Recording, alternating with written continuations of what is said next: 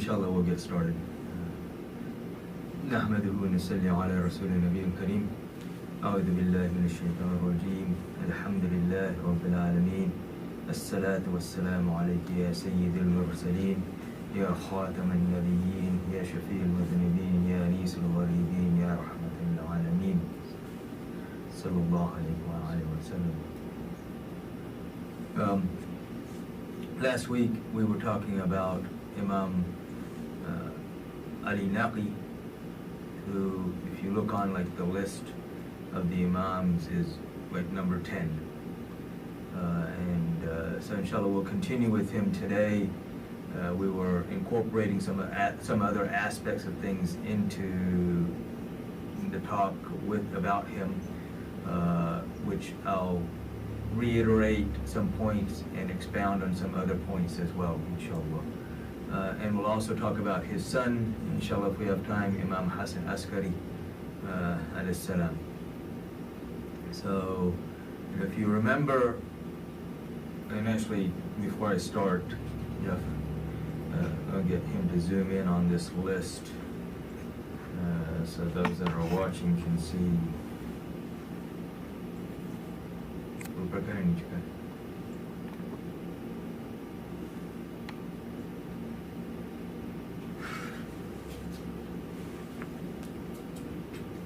That good? Okay. So inshallah, so this is a list of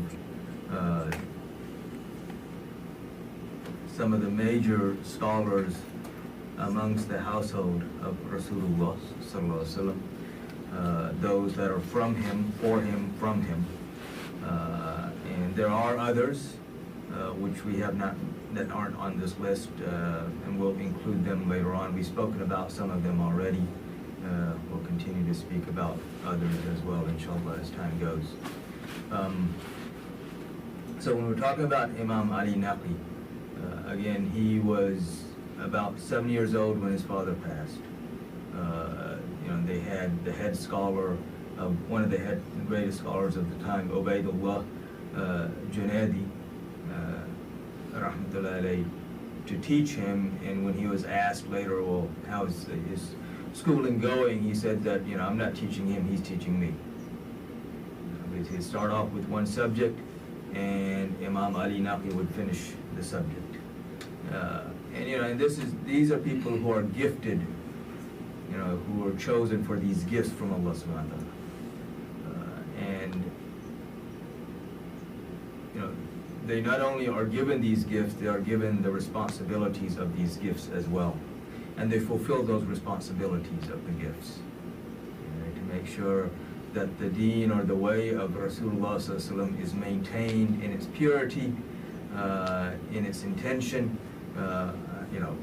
onward. And we'll talk more about that as well, inshallah. But this shouldn't be something difficult to understand as well, because in the Quran, Allah subhanahu wa ta'ala talks about Isa alayhi salam, Jesus, peace upon him, and one of the miracles in the Quran of Isa alayhi salam is that he spoke when he was 3 days old. So this is one of those miracles that even the Christians don't know about. And when he spoke, what did he do? He declared his own prophethood, that he had been given the book and the wisdom, and so he's telling the people this at that age. So those who are from Rasulullah sallallahu alaihi wasallam are also those who are given these gifts and the responsibilities therein. So as we mentioned last week, when Imam Ali Naqi is around the age of 20. So the king at that time is Mutawakkil, who has this deep-seated animosity against the household of Rasulullah sallallahu alaihi wasallam. Even though he's from Banu Abbas, and so they are essentially cousins. Abbas radiallahu is the uncle of Rasulullah sallallahu alaihi wasallam, and Banu Abbas, of course, are descendants of him. And these are the descendants of Rasulullah sallallahu alaihi wasallam through Hasan and Hussein alayhi salam. And so, the other aspect of things that we need to understand is in politics, everyone is always afraid of for their position. You know, they're always looking at, oh, who can overthrow me, who can replace me. And so when they looked at this household, they realized that these are the people who have the authority to replace them, to overthrow them. And so that was always an issue. So you'd have governors and other officials in the government always complaining about them, you know, if they felt like the king wasn't harsh enough. And it didn't take, you know, much stroking of the ego of these kings to get them to do things. And so you have these governors telling in Medina Munawwara, telling Mutawakkil that, oh, you know, there's so many people that gather around him, so many people that love him and follow him, that, you know, that he's a threat to your authority. And even though Imam Ali Naqi, he writes a letter to, you know, the king himself, you know, telling him, look, you know, I have nothing to do with any of this stuff. You know, I'm not worried about your politics. I'm worried about the people. It didn't matter. So he sends 300 soldiers to come and pick him up as an invitation to come to Samarra, which is somewhat north of Baghdad, not far from Tikrit in modern-day Iraq. And so that became the new capital of the kingdom. It was basically a military city. This is kind of like you know, where the military was housed, and you had all of these thousands of soldiers who were there. And so he invites him there, and invite here, you know, kind of sarcastically being used, but he invites him to come with his family. And I didn't mention last time, but at this time, the son of Imam Ali Naqi, Imam Hasan Askari, is 2 years old. And so from this point on, you know, from the time that they end up in Samarra, they basically are under house arrest. You know, yeah, they're able to get outside of the house and move around somewhat, but, you know, they cannot leave the city.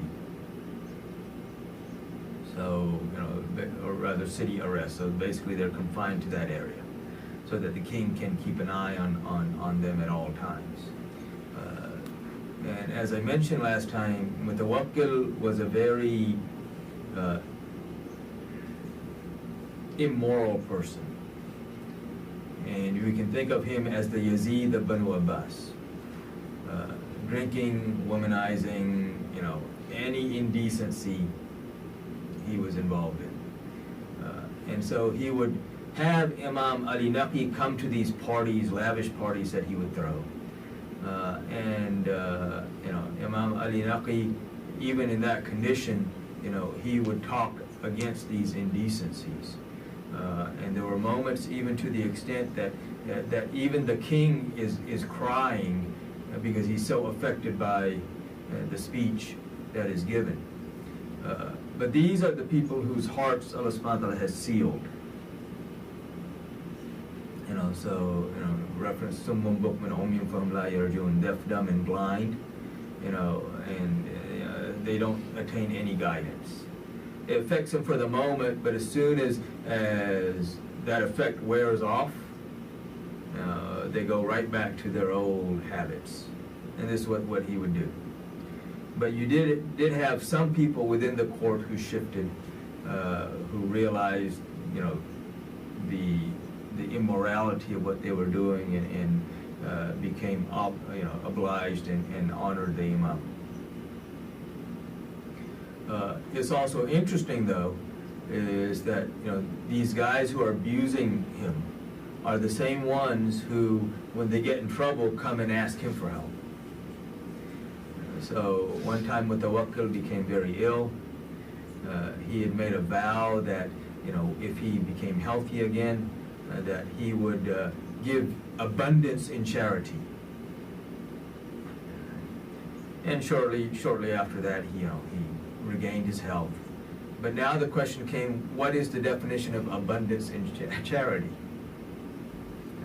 So he asked a few scholars, he has several scholars, and he got varying answers, and no one could defend their reasoning behind what they were doing. So who does he come to in the end? He comes to Imam Ali Naqi. He says, what is, how much should I give in charity? So he told him 83 dinar, which was one of the main currencies at the time. They still use dinar on that. Yeah, dinar was the gold coin, yes. They still use the term, but the dinar today, certain countries use the dinar as their paper money, but that's not the reality of the dinar. So the dinar was the small gold coin, the dirham was the large silver coin, and at that time you could buy a cow for 3 dirham, and there were 15 dirham in 1 dinar. And it's interesting also, if you look, if you read these history books, you'll see that during the time of Rasulullah you could buy a cow for 3 dirham. 100 years later, you could still buy a cow for 3 dirham. 100 years after that, you could still buy a cow for 3 dirham. Because there was no inflation. Inflation is a modern day creation to basically steal people's wages and to keep people poor. That's why they created, you think, I get this much and I can retire.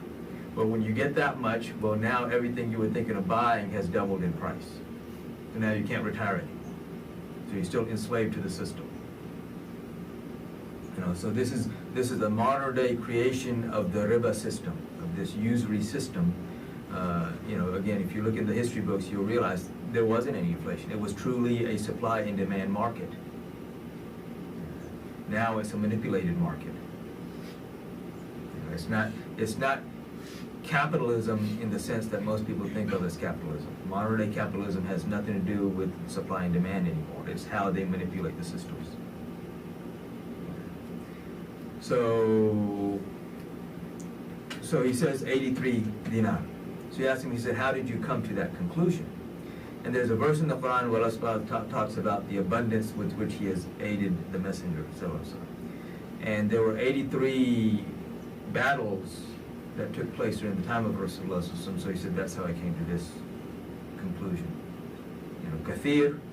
So he says, you said Kathir, that I will give charity in, as Kathirun, in abundance. So this is how I came to this conclusion. So again, these same people, when they get in trouble, that's who they go to. The Mutawakkil, his animosity against the household of Rasulullah is to such an extent that he hired a teacher for his children to teach them. And after he'd been teaching them for a while, he asked the teacher, he says, who is greater, my children or Hasan and Hussein? And so the teacher appropriately says, what are you talking about your children being equal or like Imam Hasan or Hussein on Islam? Your children aren't even equal to the slaves of Hasan and Hussein, to the servants of Hasan and Hussein on Islam. Well, he of course didn't like that answer. So he had the teacher tied down and had his children jump on him until the man died. This is the level of animosity that he had. He is also the one during the time of Umar bin Abdul Aziz, rahmatullahi alayhi.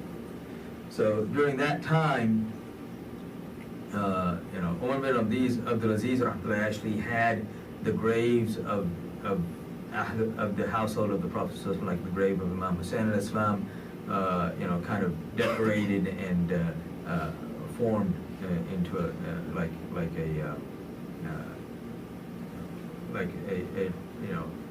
tomb, decorated and made complete. He did the same thing with the graves in Jannatul Baqi. So Mutawakkil, when he becomes the king, roughly, I guess, 100 or so years later, he has all of those destroyed.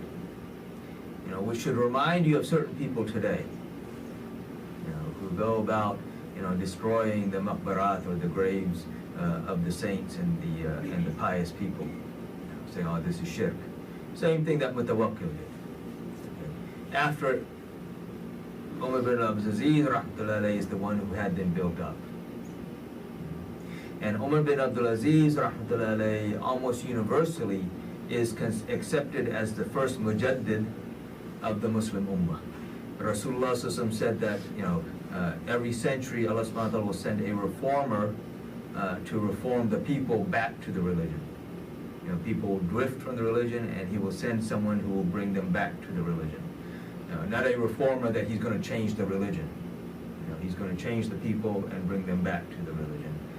And so universally, pretty much, everyone acknowledges Umar bin Abdul Aziz rahmatullahi alayhi as the first one of those reformers. Okay? So eventually Mutawakkil is killed by his own son and his guards. So his son and the guards got together and made a plan, and this son was already heir apparent, but he didn't want to wait. So he removes his father from the lineup. And then so he reigns for a little while, then one of his other sons takes over, he reigns for a little while, and then finally Mu'taz takes over and eventually has Imam Ali Naqi poisoned. And so this is how he's martyred. Okay. As we mentioned, every one of these classes, and I'm going to say this again this time so that it kind of sinks in. These are the people whom Allah subhanahu wa ta'ala has distinguished with 6 characteristics, or 6 qualities: knowledge, forbearance, generosity, eloquence, courage, and love in the hearts of the believers. So again, these are the people who the believers are just naturally drawn to. They are also the people who are the custodians of the knowledge.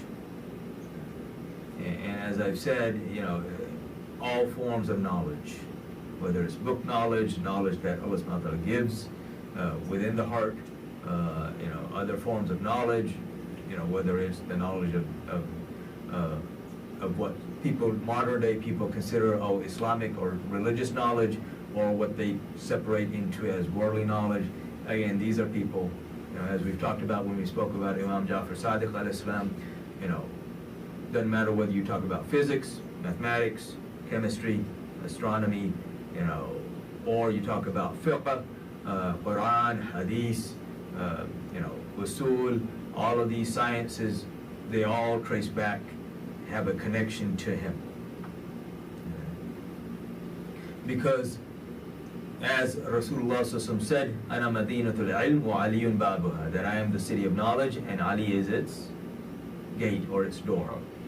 So that's how you have to enter in order to attain that knowledge. Allah subhanahu wa ta'ala says in the Quran that there is nothing wet or dry that is not mentioned in this book. Even though it's not a very big book. But, it's all in there. It's just a matter of understanding it. And so, and Ali is that gateway to understanding the book. And then these are his heirs, spiritual heirs of him, and physical heirs who are carrying on this knowledge. So basically, Imam Ali Naqi was imprisoned, for the last 20 years of his life. He passed at the age of 40, or he is martyred at the age of 40. And then after him, his son Imam Hasan Askari is the one who kind of takes charge and takes over as far as the responsibilities of the imamate, of carrying on this knowledge and spreading this knowledge. Even under this house arrest, they still found ways to propagate the knowledge. Still found ways of getting the knowledge across to the people for those who were truly seeking it.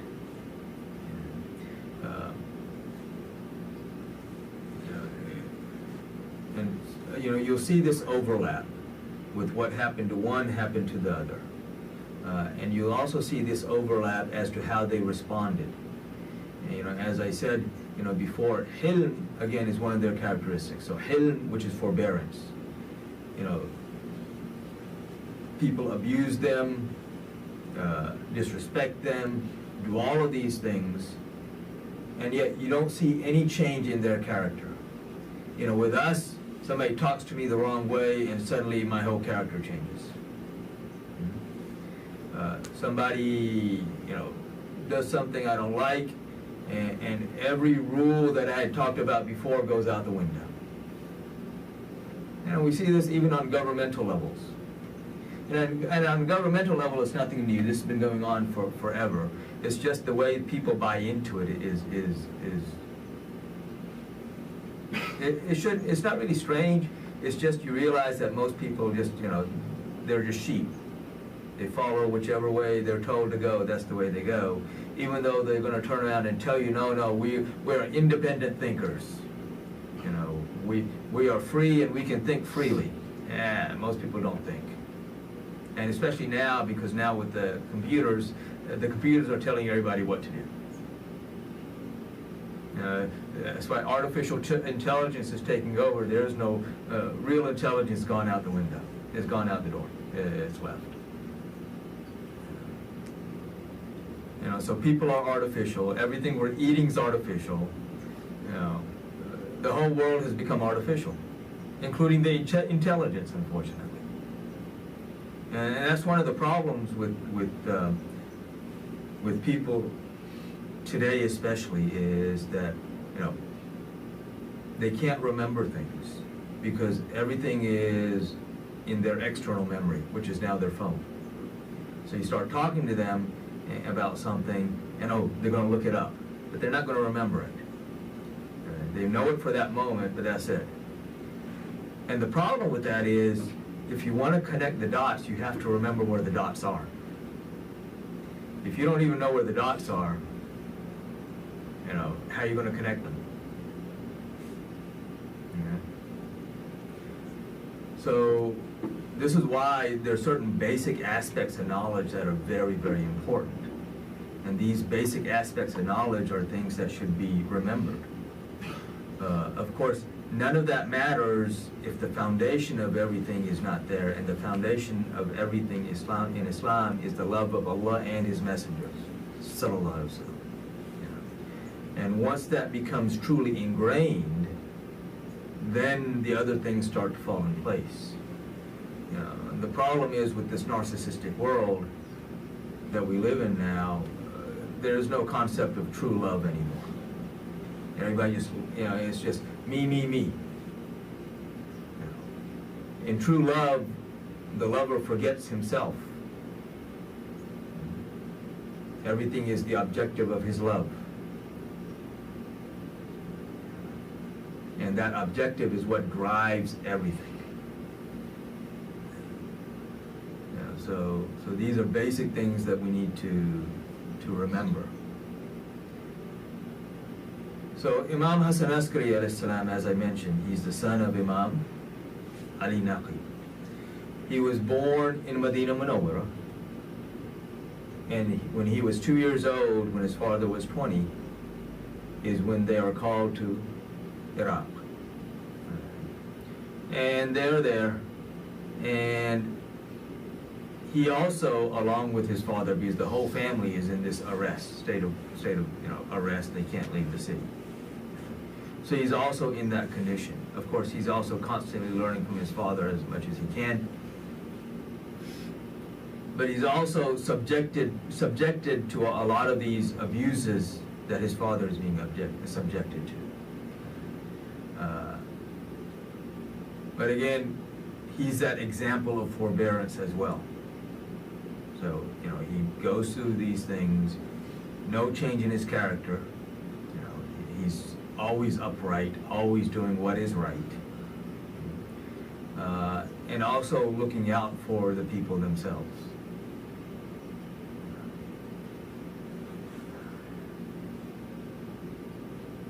These are the people who, when you look at them, should not have to worry about all these other things. Yet, they are the people who are worried about the ummah of Rasulullah, about the followers of the Prophet more than anyone else.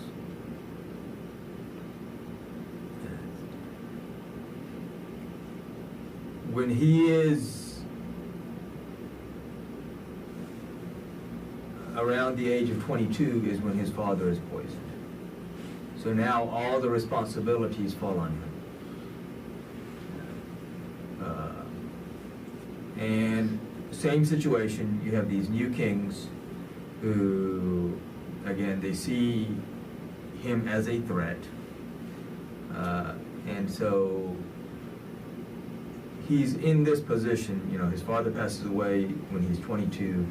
He's eventually poisoned when he's around 27, 28. So basically 5 to 6 years. And the last 3 of those years he spends in jail. You know, it wasn't enough for him to be, you know, basically confined to the city. No, they put him in jail.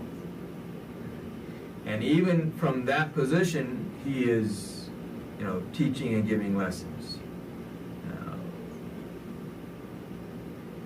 There was someone who came and visited him one time and said that I'm going to such and such a place to give dawah, to invite the people to Islam. And he told him, he says, give dawah or invite the people to Islam in such a way that you don't have to open your mouth. I mean, you shouldn't have to speak, just your life should be enough of an example that the people are drawn to this way. I mean, you should be that reflection of the nur or the light of Rasulullah. So that in itself should invite the people, you know, to what is true.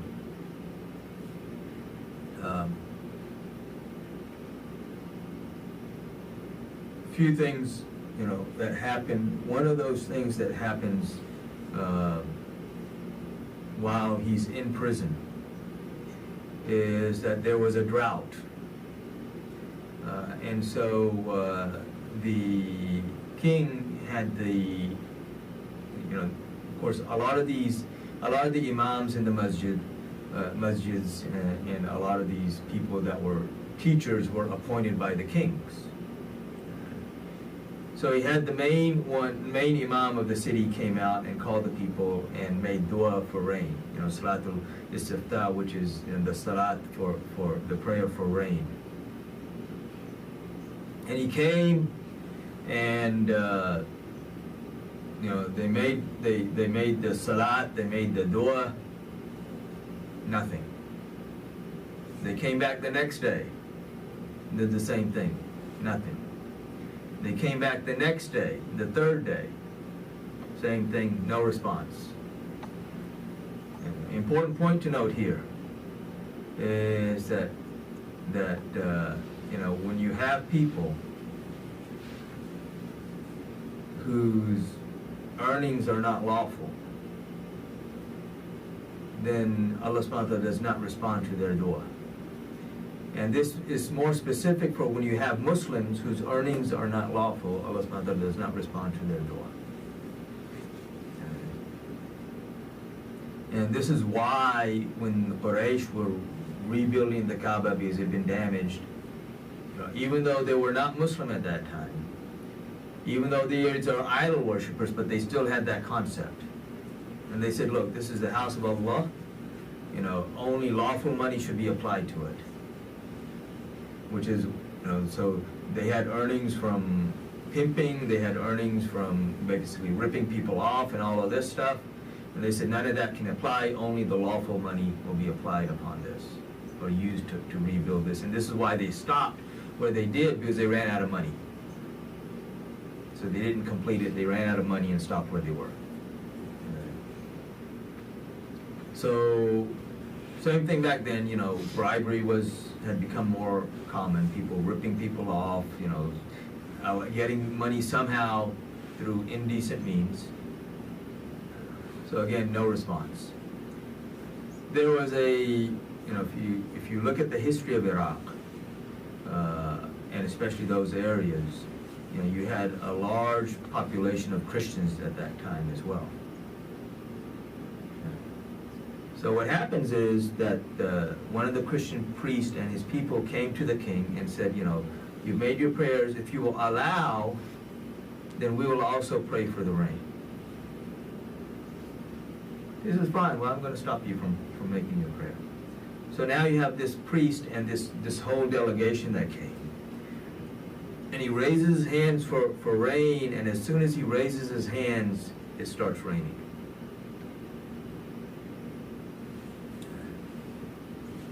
Rained for a while, and then it stopped. And so of course, you have people whose faith is weak.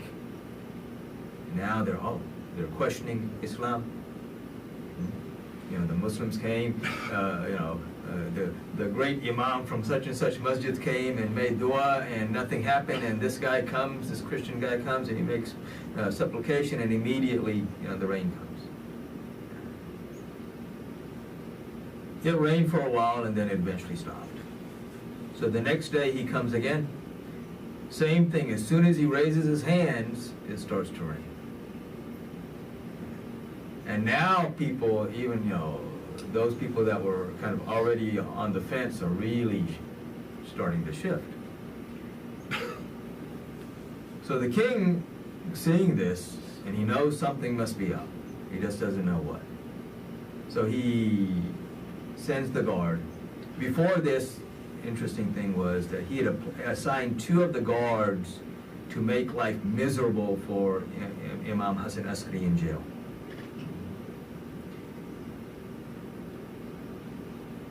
They came, they saw him, and not long after they were given this assignment, they became his disciples in jail.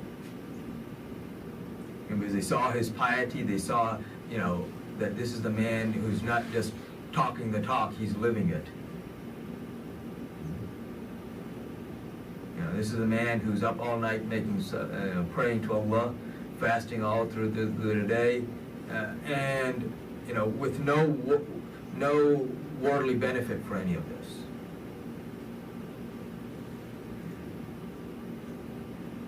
And then, and his aqidah, his belief system, is appropriate. And so they became his disciples. So he sends some men to come and bring him out. And so the next day when the priest comes to make dua, before he starts to make dua, Imam Hasan Askari, he says to one of his men, he says, go and look at what is in his hands and bring it to me. And so he went, and there's a piece of bone in his hands. And he took that piece and he brought it to Imam Hasan Askari. And Imam Hasan Askari wrapped it in some cloth and said, now go give this to him. And now when he raised his hands, there was no rain.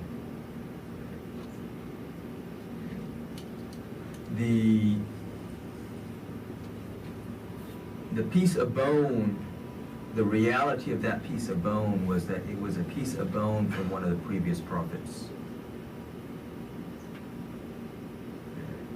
So if you remember,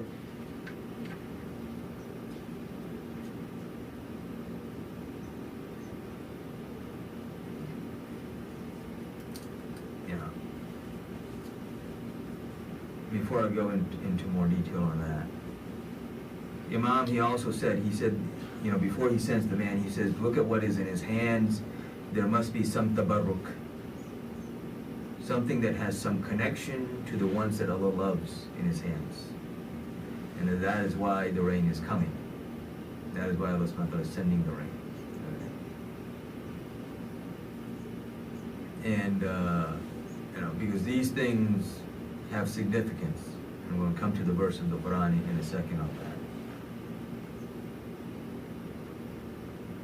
And so because of a lot of these tabarrukat, Allah subhanahu wa ta'ala responds. when you look at miracles, you have miracles that are the mu'jiza, which are the miracles that the prophets perform. You have miracles that the prophets perform before their declaration of prophethood, irhas. You have miracles of the followers of a prophet, kiramat.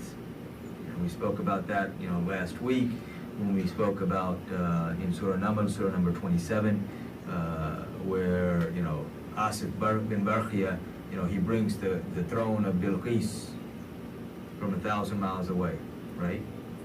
You also have what is known as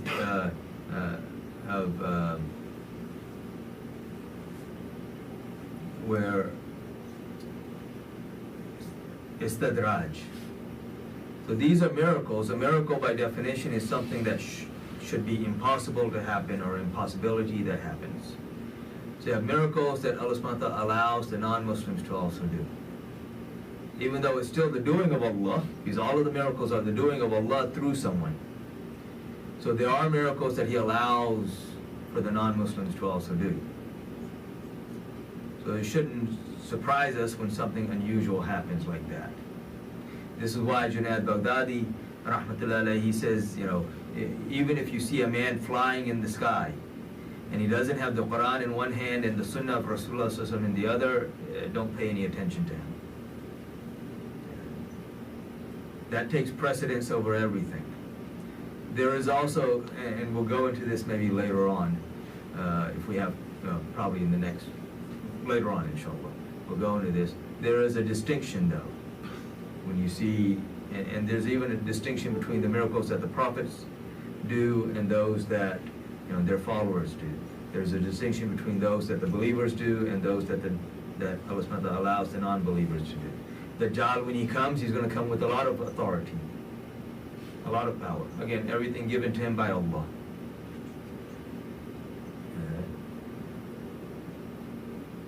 So,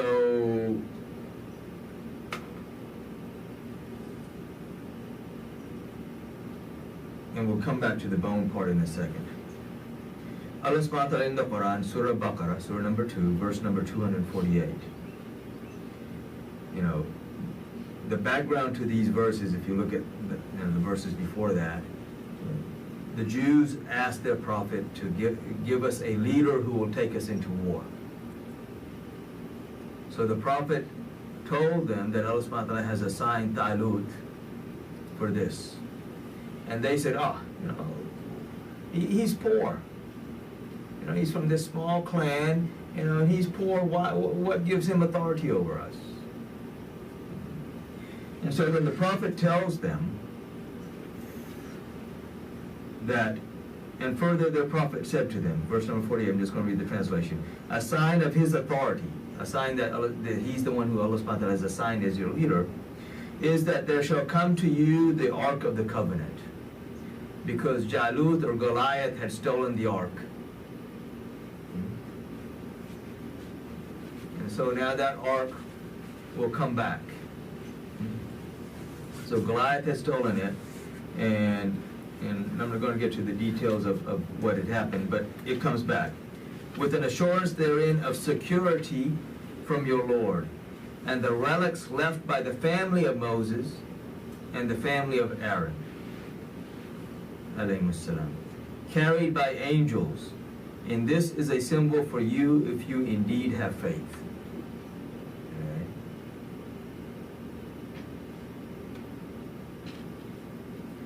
So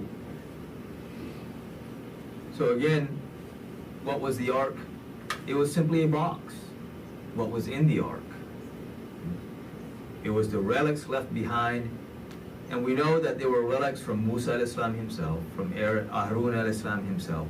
But Allah subhanahu wa ta'ala doesn't emphasize that here. He says simply the family of Moses and the family of Aaron, alayhi salam. And because of that ark, when Bani Israel, when the children of Israel would go into battle, they would put that in front of them and ask Allah for Allah's help, and immediately Allah's help would come and they would win the victory. So again, these are things that are tabarrukat, that are things that are close, that are connected to the ones that Allah subhanahu wa ta'ala loves. So that piece of bone was a bone from one of the previous prophets. And if you know, many of the prophets that Allah subhanahu wa ta'ala sent to Bani Israel were killed by Bani Israel. Even in their books, who killed Zachariah al-Islam, Zachary, peace be upon him. Who killed Yahya al-Islam, John the Baptist, peace upon him. Of course, according to Islam, who tried to kill Isa al-Islam, or tried to have him killed.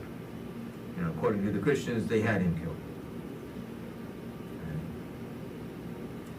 So, there are many prophets that they killed, and so this was, like with Yahya al-Islam or John the Baptist, when they killed him, they decapitated his head, or took his head off, and gave it to this prostitute.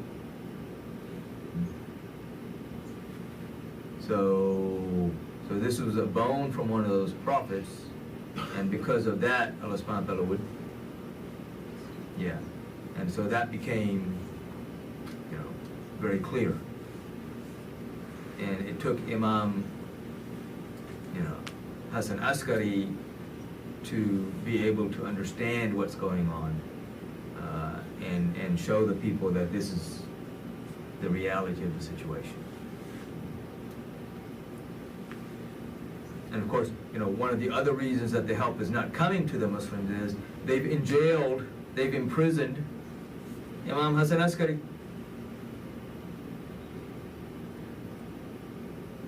I mean, you imprison your greatest benefactor. What type of sense does that make?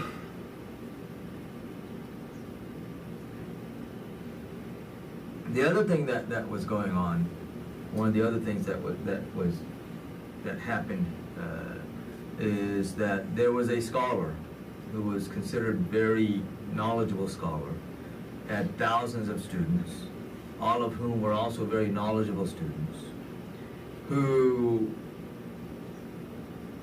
suddenly decided that he was going to write a book showing the contradictions in the Quran. And so some of these students came to Imam Hasan Askari, and he told them, he said, your teacher is going to write this, so why don't you do none of you have the courage to say anything to him? They said, oh, he's our teacher, and, out of respect for our teacher, and we don't know what to say. So he says, send him a message from me that how can you write this, when Allah subhanahu wa ta'ala himself has explained this? So if Allah subhanahu wa ta'ala himself gives you the understanding of the words, because what he was writing was that, these words, they contradict each other.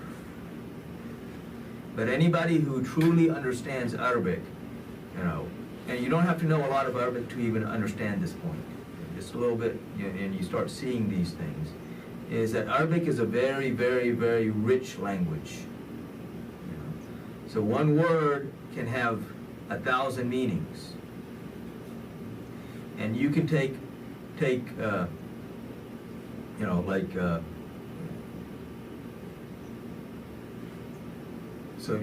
one word, depending on how it's used, where it's used, when it's used, the meaning changes. And then you can have, many meanings, or rather, you can have like one thing described by 1,000 different words. So both ways. One word can have so many different meanings, and one thing can be described by so many different words. And so, so the people that see these contradictions in the Quran are the people who don't understand the meaning or how the word is being used. It's interesting, hidayah, which generally is translated as guidance. It has like multiple different meanings as far as even the way that it's used in the Quran. It's been used multiple different ways in the Quran. And the interesting thing is, of course, one of the ways is just general guidance. But one of the ways it's also used is to refer to Rasulullah sallallahu alaihi wasallam. So not only is he the guide, he himself is the guidance. You know, just like Sirat al-Mustaqim, the straight path, he is the one who calls to the straight path, but in reality, he himself is the straight path. Of course, the objective on that path is to please Allah. So Allah is the objective of that path. So, and Allah subhanahu wa ta'ala refers to this, you know, and so there are various ways within the Quran where Allah subhanahu wa ta'ala will use a word differently, the same word used differently, but there are other parts of the Quran that explain that. And so that's what he says. So when his students came and gave him the message, he asked them, he says, who said this to you? And they said, oh, you know, we're just thinking about this. He said, no, you're not intelligent enough to think about that. This didn't come from you. Who gave? And you see, he insisted, and they finally had to admit that, oh, you know, we saw Imam Hasan Askari, and he's the one who told us to give this message to you. And so when that message came, then he kind of destroyed all the writings that he was doing, which were all wrong anyway. And this is one of the issues that comes up today. You know, you see people who, when you look at their concepts of Islam, you see so many different contradictions, which tells you that their concept is wrong. Is verse number 82 of Surah Nisa, Surah number 4. So Allah subhanahu wa ta'ala, he says in this verse, A'udhu billahi minash shaitanir rajeem, أَفَلَا يَتَدَبَّرُونَ الْقُرْآنَ. So it starts off with that, do they not ponder over the Quran? And this is an important point to understand here. You know, the Quran is the only religious text that, one, of course, exists in its originality, but also encourages its readers and followers, you know, whether you're a follower or just a reader, to ponder, to think, to contemplate over it. There are other verses that tell us to contemplate and to ponder and think over the universe, over creation, over everything. So he says, أَفَلَا يَتَدَبَّرُونَ الْقُرْآنَ, that do they not ponder over the Quran? And then he says, وَلَوْ كَانَ مِنْ عِنْدِ اللَّهِ وَلَوْ كَانَ مِنْ عِنْدِ غَيْرِ اللَّهِ لَوَجَدُوا فِيهِ اخْتِلَافًا كَثِيرًا.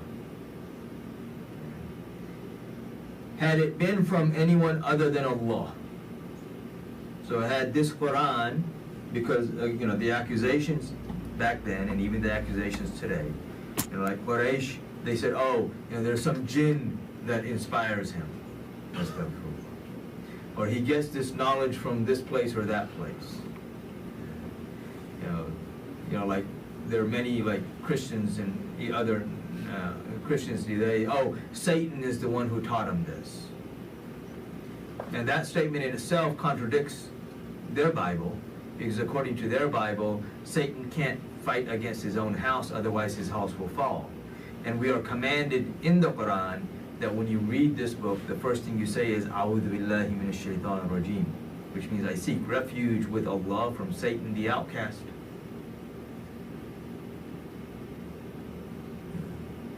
So he says, had it been from other than Allah, they would surely have found therein much discrepancy or contradictions. But if you look at the Quran, there are no contradictions, if you understand it.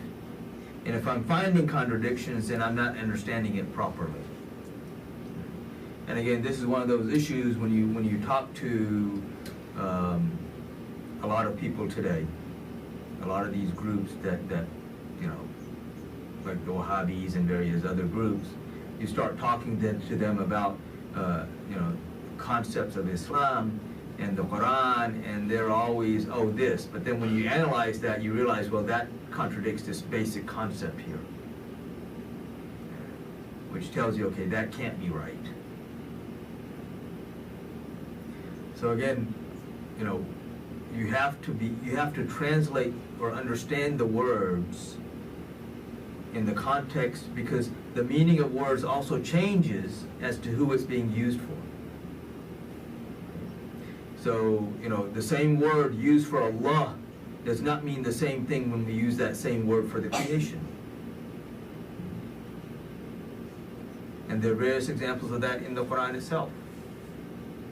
You know, because language is limited, our brains are limited.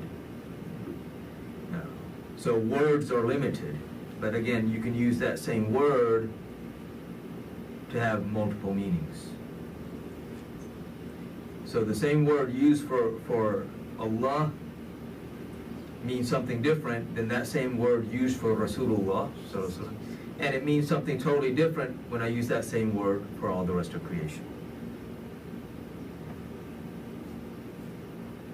So, because if that scholar had written what he was planning on writing, that would have created even more confusion, you know, within people whose beginning understandings are kind of shaky. So, and then eventually, he also is, Imam Hasan Askari is also poisoned. So as we talked about, you know, poisoning was the assassination method of choice for these kings, you know, because it's plausible deniability. Now, I don't know what happened. He just died. You know? Why he wasn't in jail? Well, yeah, while he's in jail. He conveniently died while he's in jail, at the age of 27. So this was kind of an overview of these various imams. Before I shift a little bit, which really won't be a shift, but a little bit of a shift, any questions on this? Hasan Askari, he was the last one? He's number 11 of the 12 that are mentioned, or of the 12 that we talk about as the scholars amongst Ahlul Bayt. There are others, but these 12, and of course the last will be Imam Mahdi, who has not come yet. Okay, so what year was that? So his father was martyred the year 254 Hijri. Okay, and he himself, Imam Hasan Askari, is martyred the year 260, right around 260, which, you know, Christian era is like 860 or so, 868 or somewhere around there.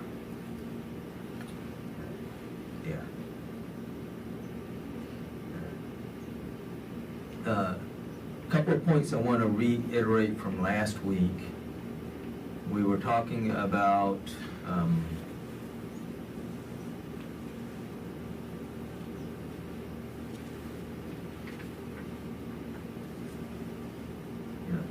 we mentioned, because I didn't say why he's known as Askari. Askari means soldier, and Askar was also that area that he was confined to, because it was a soldier encampment. But one of the reasons he's referred to as Askari is that, you know, the king, you know, they always have to show their power. So he had him brought out of jail one day and showed him the army. Had the army lined up, you know, marched the army in front of everybody. So had this massive army lined up. And he says, "See, these are my forces. This is my army." And so Imam Hasan Askari, he raised his fingers like this. He says, "Look at here." And between the fingers all the way to the heavens, you know, the king at that time is seeing all of these angels. And he says to him, he says, "These are my forces. These are people who are given this authority, but they bow to the will of Allah. So they know when to push issues and when to simply show forbearance, which is not the same thing as laziness or indifference.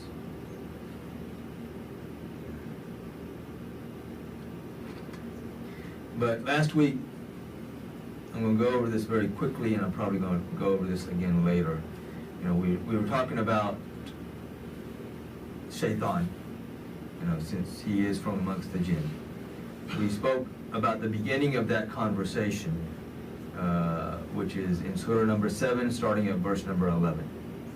So Allah subhanahu says, rough translation is, we who created you and gave you shape, then we bade the angels prostrate to Adam, and they prostrated. Not so Iblis, he refused to be of those who prostrate.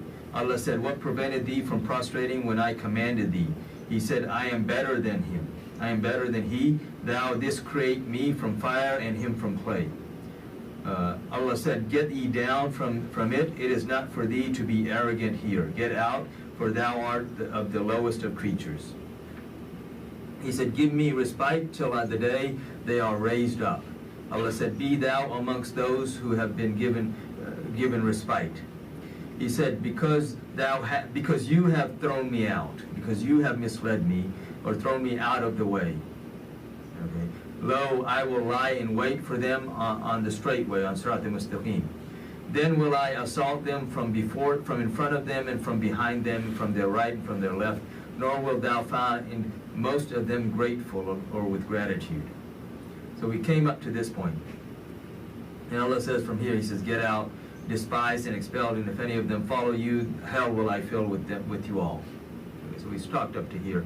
So we see here, Shaitan not taking any responsibility for what he himself did. Right? He's blaming Allah for what he did. He said, oh, you misguided me. Because you have misguided me, then I'm going to do all of this. This is all your fault. This is the way of Shaitan. And now it shifts a little bit. He says, O Adam, dwell thou and thy wife in the garden, and enjoy its good things as thou wish, but approach not this tree, lest thou become of the unjust, of the zalimun, the oppressors. So if you approach this tree, and we've talked about this before, I'm not going to go into the details right now, we'll go over that again later. That tree did not exist until the wife of Adam and Islam existed, Bibi Hawa. Then began Satan to whisper suggestions to them in order to reveal to them their shame, as that was hidden from them before. He said, your Lord only forbade you this tree lest you should become angels or such beings as live forever. So the way he's trying to deceive them, again, all he's doing is whispering, making this deception. And he's not just deceiving one of them, he's come to both of them. So this is one big issue, distinction between the way the Bible portrays this incident and how the Quran talks about this. And as we've talked about before, the Quran is not a storybook. There are stories given in, or parts of stories given in the Quran. The Quran is a conversation between Allah and His Messenger, ﷺ, and then through him to the rest of us. So, so when you're being given a lesson, you don't need the whole story.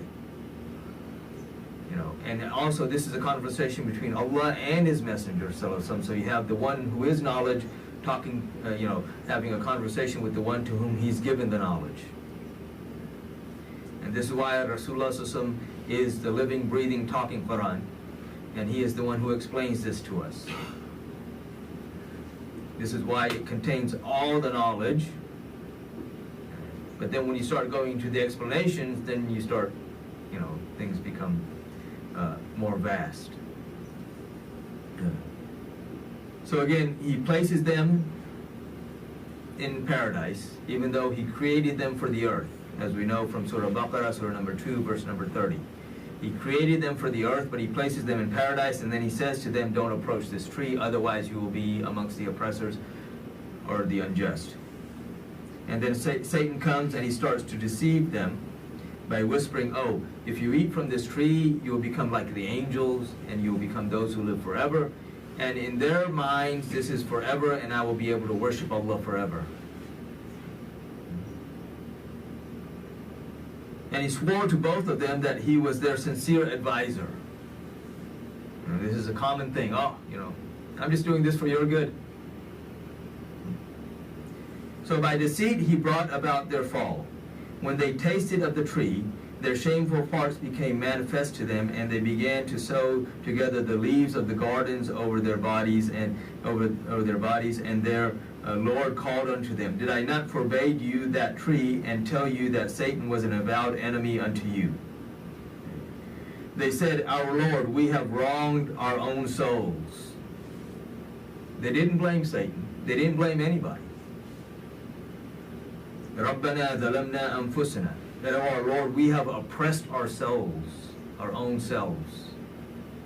Allah subhanahu wa ta'ala said, if you approach this tree, you'll be amongst the oppressors. They said, oh, our Lord, we have oppressed our own souls.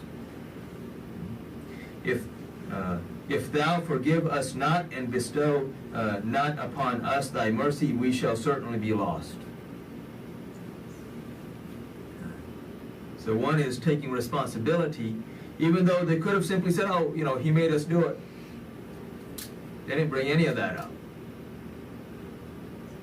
Taking the responsibility and saying, we've oppressed ourselves, and if you're not forgiving and merciful, we will be destroyed. So that's a huge distinction between the response of Satan and the response of Adam al-Islam and his wife, Bibi Hawa. And this is why, unlike Satan, who were dejected and rejected and outcast, they were taken out of paradise and placed on earth, but given the opportunity to repent appropriately, which we've talked about before. We'll talk about that again as well. So there are many things that we've talked about before. I'm just, for those who've been listening for a while, just recall some things. It makes it easier to start connecting the dots, inshallah. For those who are not, again, we will repeat these things and keep adding on, because that's one of the easier ways to remember things, is you hear a little bit, and then you hear the same thing plus a little bit more, and then it starts making that memory more firm. Of course. Yes. It took him about 300 years to God forgive him. Yes. Yeah. And he went to the mountain of Arafah. Yes. That's where so the official forgiveness takes place on Arafah, which is on the outskirts of Mecca. Yes. So, that's something that will, again, like I said, 300 years to God. 300 years. Because he arrived when they were sent to the earth, they weren't sent together. He landed in what is now Sri Lanka. She landed in what is now Jeddah. She didn't have that far to travel. He had all this way to go, and eventually ended up in Jeddah. I mean, in Mecca, or in Arafah. At that time, there was only first two persons on the earth. Right? Yes. Yeah. So these are it. Okay. There were other creatures here. Mankind is amongst the last to arrive. There are other creatures here way before mankind came.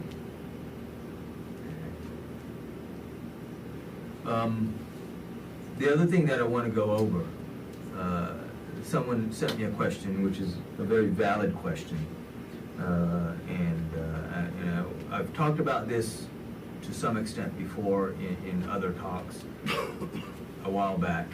I want to go over this now, inshallah. Again, because these are important points to understand, and this is how certain groups make other people very confused. So, when we talk about the madhab, or the schools of thought, or the methodologies that we as Sunnis follow, we talk about Imam Abu Hanifa, Imam Abu Hanifa, Imam Malik, Imam Shafi, Imam Ahmad bin Hanbal. Okay. So the question comes up is, well, why, like with the Imams of Ahlul Bayt, then why don't we follow them? One distinction here is that these when we talk about Imam Abu Hanifa, Malik, Shafi, and Ahmad bin Hanbal, these are the Imams of fiqh. Whereas those are the Imams of Aqidah and the Deen. So these four Imams are actually followers of the other Imams that we talked about from the household. And this is why, like, when I look at Imam Abu Hanifa, rahmatullahi alayhi, he was a student of Imam Zayd, who was the son of Imam Zayn al-Abidin. He was the student of Imam Muhammad Baqir, who is the older brother of Imam Zayd. He was the student of Imam Jafar Sadiq. He was the student of Imam Abdullah Med. He was the student of many of these Imams, like 8 or 9 of the Imams he was a student of, Imams from the household. So the question comes up is to, well, why don't we just follow like Imam Jafar Sadiq, alayhi salam? Because Imam Jafar Sadiq is that teacher of Imam Abu Hanifa, for whom Imam Abu Hanifa rahmatullahi said that if I had not had those 2 years, then I would not have understood anything. And those were 2 years that were 2 years before he was martyred. So these were like amongst the last 2 years of his life, right? When he was asked about, the various Imams, like Imam Zayd. Imam Zayd is the one to whom he gave allegiance to. And he said, I've never met anyone more on the Sunnah of Rasulullah sallallahu alaihi wasallam or more knowledgeable than him. When he was asked about Imam Muhammad Baqir, alayhi salam, Imam Abu Hanifa, he said that that there was nothing that he could not answer. Imam Jafar Sadiq, again, he said, if I hadn't had those 2 years, I would not have understood anything. I never met anyone more knowledgeable than him.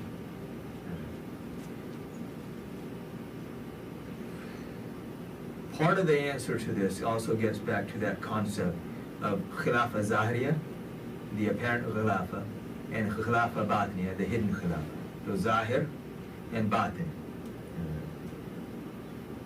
And it also gets back to this understanding, which unfortunately most Sunnis don't understand anymore, is that Rasulullah sallallahu alaihi wasallam officially had 2 Khalifas. Abu Bakr radiallahu anhu and Ali radiallahu anhu. Abu Bakr radiallahu anhu was his Khalifa by statement. Rasulullah sallallahu alaihi wasallam, when he was last few days, when he was ill, he appointed Abu Bakr to lead the Salat.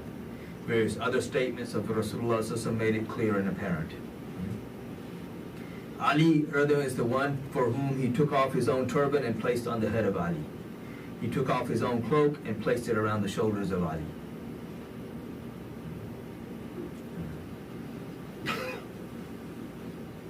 So when you have that hidden Khilafah, also one point to understand here also is, when Abu Bakr becomes the Khalifa, people try to create issues. People always try to create issues. Because people talk without understanding, without knowing. And it's nothing new, and it's nothing old, this is just the way people are. And so there were rumors running around that Ali was upset, with Abu Bakr becoming the Khalifa. And there is a conversation between Abu Bakr and Ali where Ali is Abu Bakr asked him, he says, are you upset with me? He says, no. He says, we are pleased with you being the Khalifa, but we feel that that we should have been involved in the decision. That's all he said. Because if you see how Abu Bakr was selected as the Khalifa, Ali was busy with the funeral arrangements for Rasulullah at that time. But also what people also forget is Ali is the one who sent Abu Bakr and Umar to go and deal with the situation that was going on at that time. So when you look at these Imams, they are the kingmakers. They are the ones who are behind the scenes, taking care, but their focus isn't on the physical well-being of everybody. Their focus is on the spiritual well-being of everybody. The fiqh deals with all of these other aspects of things. The aqidah deals with what is in the heart. How do I believe in Allah? How do I believe in Rasulullah sallallahu alaihi wasallam? If you look at these Imams, none of them left any books.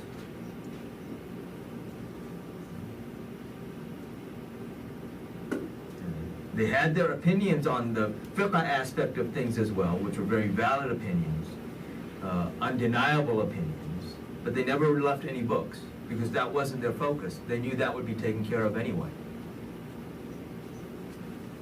Their focus was the aqidah. And they passed this knowledge on from chest to chest. Because, if you look at the Quran is both a verbal book and a written book. If you look at the hadith is both a verbal tradition, a spiritual tradition, and a written tradition. But the verbal and spiritual aspect of both the Quran and the hadith come before the written tradition.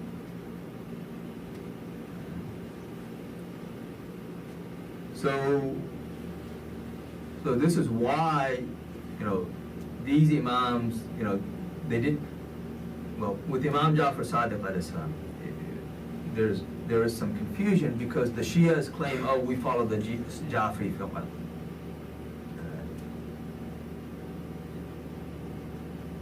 The problem is that their sources for what they attribute to him are not valid. And the simplest example of that is that they also claim that this concept of taqiyya came from him. And taqiyya is where you show one thing, but inside something else. It's another form of hypocrisy. How can that be attributed to him when he is Ja'far as-Sadiq, Sadiq, the truthful Ja'far? How can you attribute anything that's not legitimate like that to him? And yet they do it. The thing though is here, because of the people the leaders that Imam Ja'far Sadiq alayhi salam is dealing with, he would say things to them, he would respond to them in a way that was very vague. So they would take one understanding when the reality was something else. This, we see this with Isa alayhi salam as well. And with Ibrahim alayhi salam. He's not lying, but if you misunderstand what I say, that's your problem. It's interesting, like in the Bible, there's a passage where Jesus, peace be upon him, is alleged to have said, give unto Caesar, Caesar. And of course they translate it as, give unto Caesar what is Caesar's. And even if you translate it that way, what they claim is, Jesus was telling us to pay our taxes. Which is not what he's saying.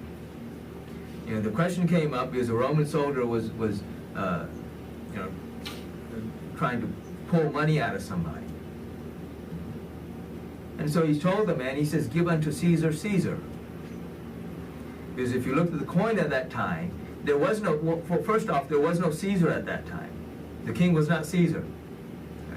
But the coin still had Caesar's face embedded in it, imprinted into it.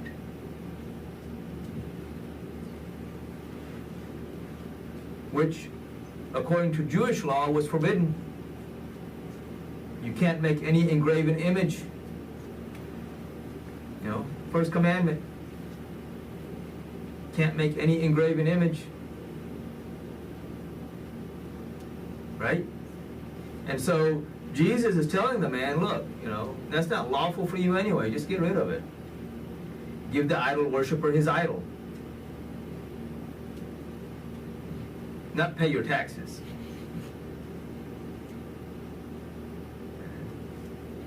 So Imam Ja'far Sadiq, again, dealing with people, he would say things depending on who he was dealing with, and other times he would say things that were very unambiguous.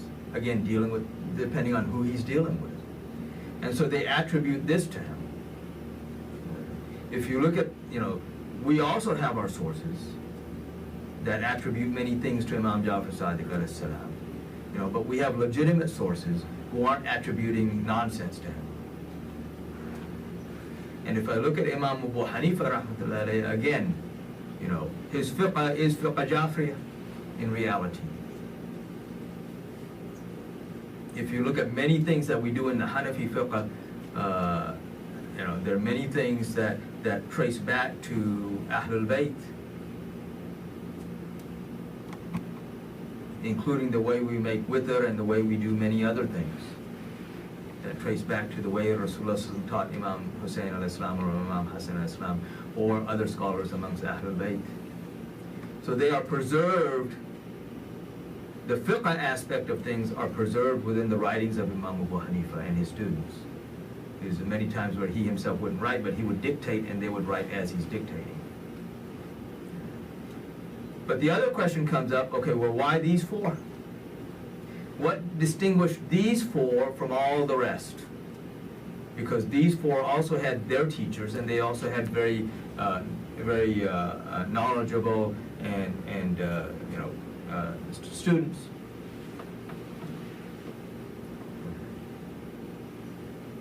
If you look at these four not only talked the talk, they walked the walk.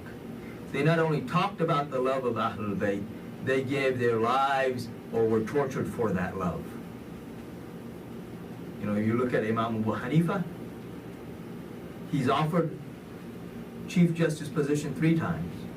Each time it's offered to him, it's because they wanted a fatwa against the household of the Prophet. First time Banu Umayyah offered it because they wanted a fatwa against Imam Zayd. He refused. Second time he's offered by Banu Abbas, because they want a fatwa against Imam Muhammad al-Nafs al-Zakiyah, he refuses. Third time they offer it again because issues with the followers of the household of the Prophet, he refuses, and at that time they imprison him and eventually martyr him. Imam Malik gives his allegiance to Imam Muhammad al-Nafs al-Zakiyah alayhi salam. So because of his allegiance to him, you know, again, the kings now are upset. So they have to figure out some way of getting him out of the picture. So they of course martyr Imam Muhammad al-Nafs al-Zakiyah. They make a law that you can't mention a certain hadith. And then they send a man to Imam Malik to ask about that specific hadith, and he narrates the hadith. So you violated a rule. What do? They shave him, they dislocate his shoulders, they put him on a donkey backwards, you know, tar him, run him through the streets of Medina. And he's saying to the people, he says, look, those who know me, and if you don't know me, I'm Malik ibn Anas. I have no hesitation in taking this punishment, you know, for the love of Ahlul Bayt. We look at Imam Shafi rahmatullahi alayhi, he's accused of being Rafzi, the worst form of Shia.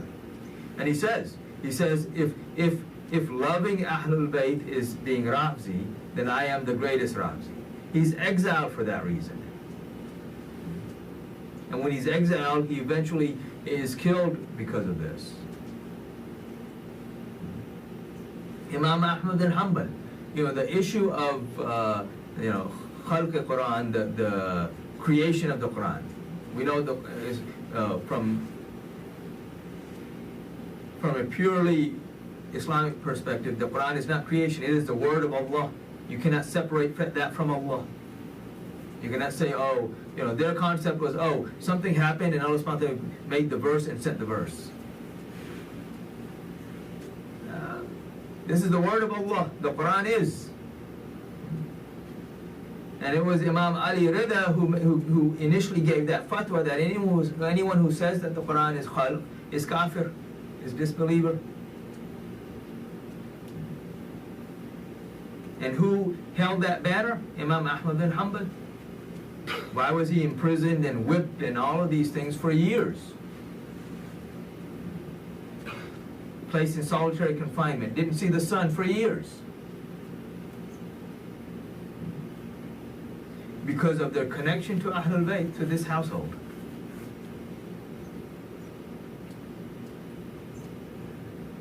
So, and when you look at these scholars, these are scholars who left writings themselves and whose students wrote, you know, things that they had dictated. And so you have this codiformed law that they left behind. Whereas Imam Jafar Sadiq alayhi salam, even though he is the teacher of many of these, he's the teacher of Imam Malik as well. Indirectly, he's the teacher of Imam Shafi'i and Imam Ahmad bin Hanbal. They also, Imam Shafi'i rahmatullahi, learned from many of the Ahlul Bayt. He learned from the brother of Imam Jafar Sadiq. He learned from the sister-in-law of Imam Jafar Sadiq, the great-granddaughter of Imam Hasan alayhi salam. So their connection to this household was inseparable. And that is why the Ummah has chosen them, because not only was their connection inseparable, but they gave their lives for that connection. Or they spent their lives in jail for that connection. But again, these imams, when we talk about the imam of the house, imams of the household, they are the kingmakers. They don't need to come in the front. Their authority supersedes the authority of anyone else. The authority of all of these other imams is underneath their authority.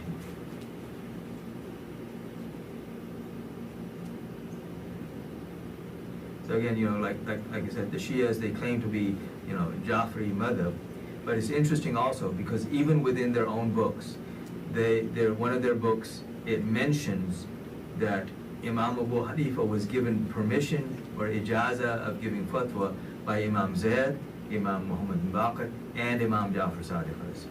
So if you're claiming that the imams are infallible, so them giving him ijaza is also an infallible act, which means that they know that every fatwa he's going to give is going to be accurate. Then why don't you follow his fatwa? Because his fatwa is under the guidance of their fatwas.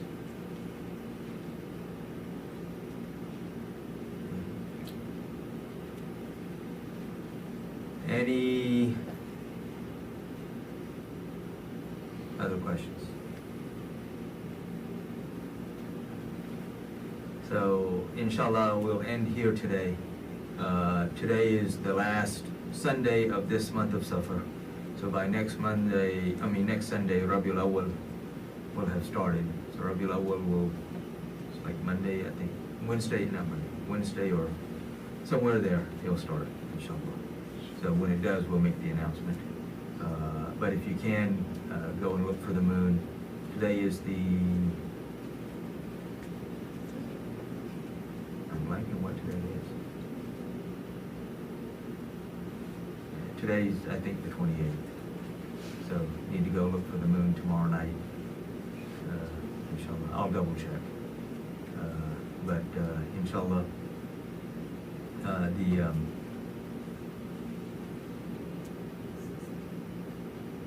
so next Sunday, we will kind of shift gears a little bit, talk and kind of more specific to Rabiul Awwal, inshallah. So may Allah subhanahu wa ta'ala fill our hearts with His true love and the true love of His beloved Prophet Muhammad sallallahu alaihi wasallam, his family, his companions, and all those whom they love. And may He give protection to our brothers and sisters in Gaza and Palestine and wherever the Muslims are being oppressed, and wherever the people are being oppressed, may He give those being oppressed victory over their oppressors without becoming oppressors, and guide us to the straight path. Wa akhiru da'wana alhamdulillahi rabbil alamin. Assalamu alaikum wa rahmatullahi wa barakatuh.